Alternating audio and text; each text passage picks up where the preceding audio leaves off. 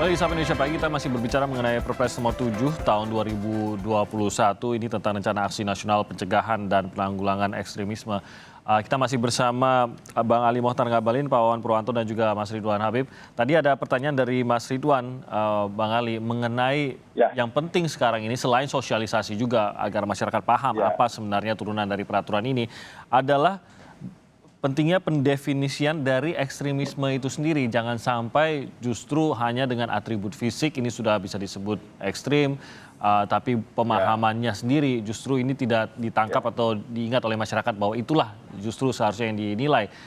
Adakah ini definisi yang jelasnya, Bang Ali? ya.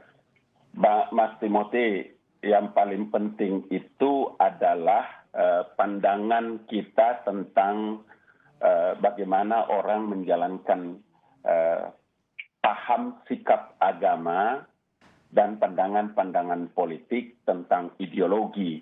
Sebetulnya kan ekstremisme itu kan diukur dari seberapa jauh tingkat kualitas maupun keadaan orang yang menjadi ekstrim. Mhm. Saya nih, ya, tadi Bang Ridwan sudah sempat sebut. Mungkin saya punya topi, sorban saya, iya sama. Sedikit mencukur kumis, kemudian pelihara jenggot. Artinya, dalam pandangan saya, paling tidak ini sebagai sunnah Rasul. Tapi tidak boleh orang yang tidak seperti saya, kemudian kita menyebutkan ingkar sunnah, atau dia tidak menjalankan sunnah Rasul, atau mungkin lebih ekstrimnya itu adalah mengkafir-kafirkan orang, menjelek-jelekan orang.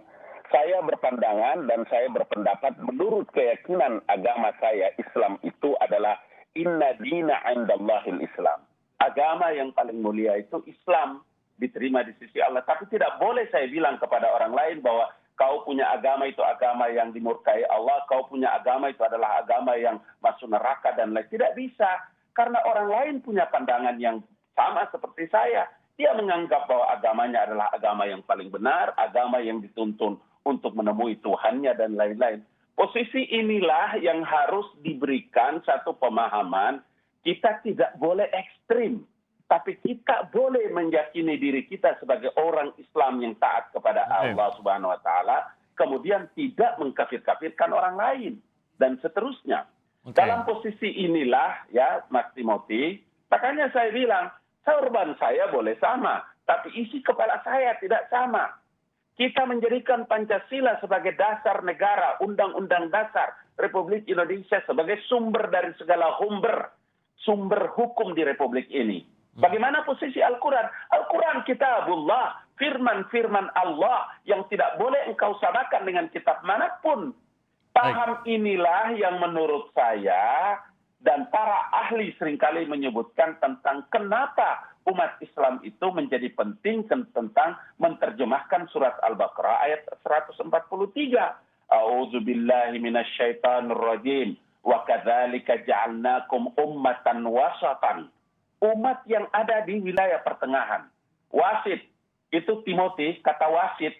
Wasit itu adalah, itu coba lihat perang main bola itu. Wasit itu tidak miring ke kiri, miring ke kanan. Prinsipnya adalah adil, jujur, independen. Jadi kita tidak boleh menghujat dan mencaci maki orang lain dengan paham kita yang berbeda.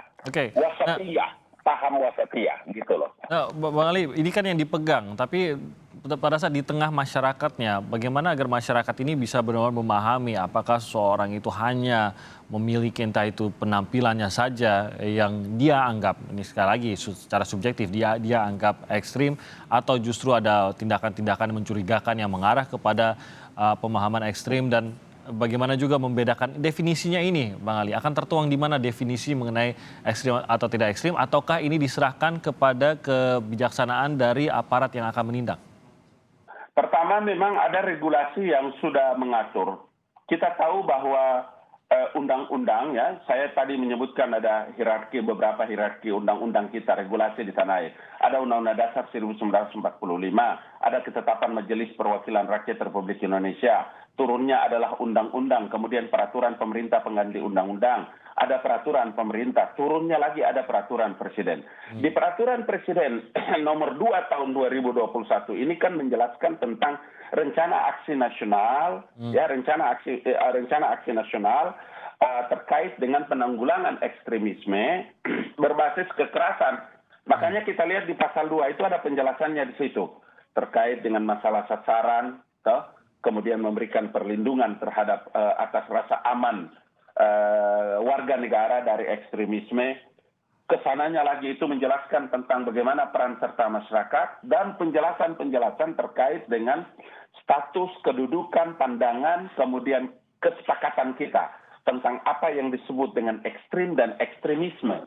Okay. Oleh karena itulah maka ketika ada orang yang kemudian punya cara pandang yang berbeda dengan umat Islam seluruh Indonesia, kemudian menganggap dirinya paling benar, hanya dia yang masuk surga, kemudian orang lain menjadi kafir, saya yang tidak ikut pahamnya, saya yang tidak ikut kelompoknya kemudian masuk dalam neraka, atau orang lain itu dikafir-kafirkan. Ini paham-paham yang tidak boleh ada di Republik ini. Oke.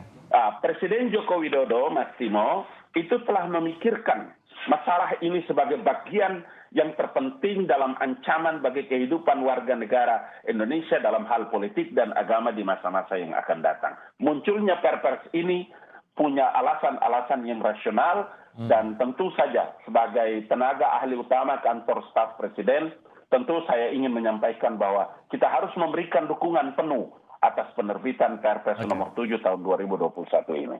Baik, kepada Pak Wawan, bayangan saya kalau memang ini melibatkan banyak masyarakat, salah satunya kan tadi dalam bentuk pelaporan juga, kalau tidak mendapatkan pelatihan yang tepat, informasi yang tepat, kemungkinan akan hanya banyak laporan tapi sebenarnya mungkin tidak semuanya sesuai dengan kategori ekstrim, apalagi menuju ke kekerasan begitu. Berarti apakah ini sebenarnya tidak terlalu banyak membedakan kepada apa yang berlaku di tengah masyarakat? Karena toh pada akhirnya aparat juga yang akan menentukan seberapa jauh sesuatu ekstremisme itu dianggap perlu ditindak atau tidak, begitu Pak Wan?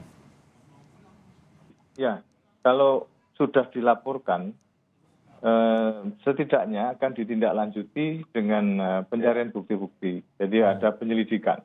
Penyelidikan ini tentu juga dengan keterangan-keterangan saksi dan keterangan ahli maupun keterangan lainnya kalau sudah ada korban, misalnya keterangan dari korban, dari tingkat yang paling bawah dan melibatkan RT RW ataupun juga Babin Kantipmas, serta juga Pokter Kantipmas, serta juga tokoh agama dan tokoh masyarakat di sekitar itu. Nanti baru di sini dinaikkan. Kalau memang sudah ada bukti permulaan yang cukup, nanti diproses lanjut untuk penindakan dari sisi hukum. Tapi kalau misalnya laporan tadi ternyata kurang cukup, maka dilakukan pendalaman-pendalaman. Jadi tidak timbul fitnah. Jadi kita ingin juga jangan bicara kalau nggak ada bukti kan gitu. Tapi kalau misalnya sudah ada bukti, jangan terlambat. Karena kita terlambat di dalam posisi-posisi tertentu. Kalau itu akibatnya fatal, maka tentu yang rugi juga masyarakat itu sendiri.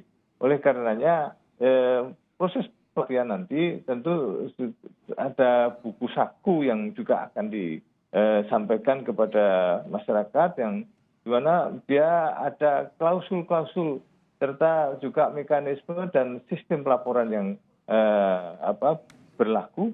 Serta juga nanti ada analisa dan evaluasi. Karena di setiap kali ada sebuah gerakan nasional, tanpa suatu analisa dan evaluasi, nanti juga analisa tugas dan juga analisa sasaran, maka ini nanti menjadi babaliut. Oleh karenanya ada sistem pembelajaran atau pendidikan secara terpadu yang nantinya akan sampai di masyarakat, sehingga masyarakat tahu jalan mana yang akan ditempuh, kemudian mana yang boleh, mana yang tidak.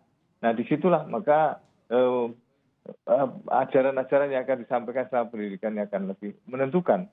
Oleh karenanya dengan bersama-sama sekarang ini kan disosialisasikan dulu secara masif di tengah masyarakat, nanti masyarakat mulai tahu itu dengan bacaan-bacaan yang kita juga sampaikan, baik sosialisasikan termasuk media massa. Media mainstream, kemudian influencer. Dari situ pengaruhnya dahsyat, apalagi sekarang itu medsos luar biasa juga pengaruhnya. Dari sana nanti kita sosialisasikan pada tahap awal sebelum mereka ada secara formal, mereka juga dididik tentu ini proses awal spread dari pemikiran bisa dilakukan lewat influencer dan media sosial yang ada begitu. Oke, baik. Saya ke Mas Ridwan.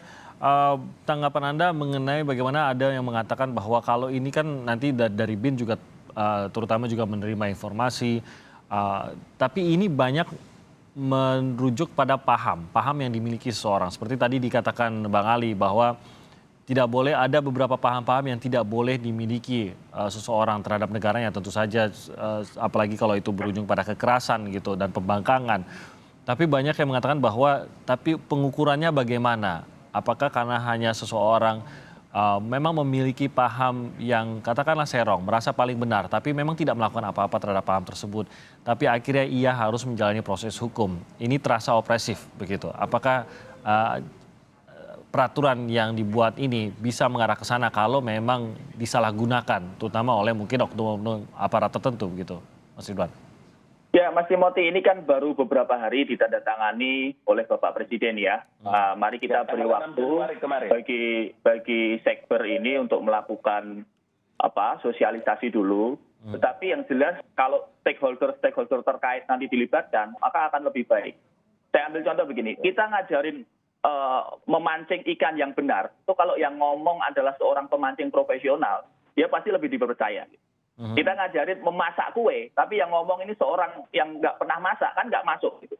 Tapi kalau kita ngajarin orang, ini loh caranya masak kue, tapi yang ngomong koki profesional, maka pasti akan didengar. Gitu. Artinya kalau kita mau mendekati kelompok-kelompok tertentu, segmen-segmen tertentu, yang datang ke situ ya harus yang mirip-mirip lah. Yang kayak Bang Ali lah. Diterima gitu. Supaya bisa diterima gitu loh. Supaya bisa diterima. Nanti kalau terlalu jauh nanti ada gap di situ, ibaratnya beda RW gitu ya. Nggak bisa diterima. Yang bisa menegur tetangga itu ya tetangga sebelah rumah gitu loh. Kalau dalam kuadran ideologi misalnya kita bikin kuadran yang paling ekstrim sampai kuadran yang paling liberal. Maka yang bisa menegur yang ekstrim adalah yang di tengah-tengah mepet-mepetnya ekstrim gitu kan. Kalau kita kasih nomor 1 sampai 5.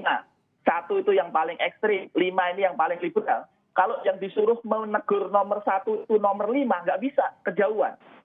Yang bisa menegur adalah kuadran 2, kuadran 3, gitu loh. Nah, kembali ke teaser awal Anda di Kompas TV tadi kan yang menyampaikan Bang Nasir Jamil dari PKS. Nah, ini mumpung ada Bang Ali Ngabalin, barangkali bisa diundang ke istana teman-teman PKS sehingga nanti juga bisa terlibat menjadi salah satu sosialisasi, agen-agen influencer yang akan turun ke masyarakat gitu loh. Ketemu dengan orang-orang di masyarakat, tapi mereka membawa bendera partainya. Saya kira melibatkan partai apapun sah-sah saja. Golkar sudah mengumumkan mereka mendukung, partai PDIP juga sudah mengumumkan mendukung. Tinggal kemudian digalang, disatukan dalam satu forum, kemudian diberikan tugas sesuai peranan masing-masing gitu, Bang Timothy. Oke, ada rencana diundang, Bang Ali? Tim, memang kita di tingkat kantor staf presiden kan mengalokasikan banyak sekali beberapa materi-materi yang memang menjadi perhatian. Salah satu yang menjadi perhatian seperti kemarin kita tahu Bapak Kepala Staf Jenderal Muldoko langsung melakukan press conference kepada para wartawan. Itu artinya bahwa kantor staf presiden menaruh perhatian terhadap Perpres nomor 7 ini dalam rangka sosialisasi dan penjelasan. Itu sebabnya kantor staf presiden sebagai delivery unit, the bottlenecking, untuk bisa menjelaskan kepada masyarakat. Kenapa begitu? Karena masalah-masalah kontemporer di tingkat nasional yang belum mendapatkan kepastian penyelesaiannya itu adalah masalah teroris. Sehingga kita punya kewajiban untuk menyampaikan kepada masyarakat terhadap bahaya dan ancaman masa depan negara dengan paham-paham radikal, paham-paham yang ekstrim, kemudian mengarah kepada terorisme. Itu sebabnya salah satu poin yang terpenting adalah bagaimana kita mampu meyakinkan kepada masyarakat di lingkungan kehidupannya adanya orang-orang baru yang tidak melapor ke RT, RW, Pak Lurah, Pak Camat, sehingga kita harus tahu identitasnya. Kesadaran ini penting, Mas Timothy. Sehingga siapa yang datang kemudian bisa saja dia mengembangkan paham-paham yang ekstrim, paham-paham yang penuh dengan kekerasan, radikal, kemudian menyebarkan kepada di tengah-tengah masyarakat dari kelompok-kelompoknya dan seterusnya dan seterusnya. Saya kira itulah tadi Mas Wawan menyebutkan, Bang Ridwan juga menyampaikan peran serta masyarakat. kampus, sekolah, para mubalik, para pendeta, para pastor, biksu, dan lain-lain sebagainya. Oke, baik. Semuanya menjadi penting. Baru 1 hari memang ditandatangani, nanti kita akan juga, karena ini kan rancangan nasional juga nih, jadi rancangan Ya, aksi ini akan rencana, kita lihat betul. seperti apa nanti turunannya juga dan bagaimana sejumlah lembaga juga terlibat di Ya, dalam benar. masyarakatnya. Yang pasti saya yakin bahwa yang kita inginkan adalah ini bisa memberikan kondisi yang lebih kondusif, lebih damai di Indonesia, terutama kita sedang menghadapi COVID ini, kita butuh kondisi yang kondusif untuk kembali lagi menjadi negara yang on the track, yang bisa maju lebih cepat lagi. Terima kasih banyak Bang Ali Mohtar Ngabalin, Pak Wawan Purwanto, terima kasih banyak sudah bergabung pagi hari ini. Ya, Mas Ridwan Habib juga terima kasih sudah bergabung bersama kami pada pagi hari ini.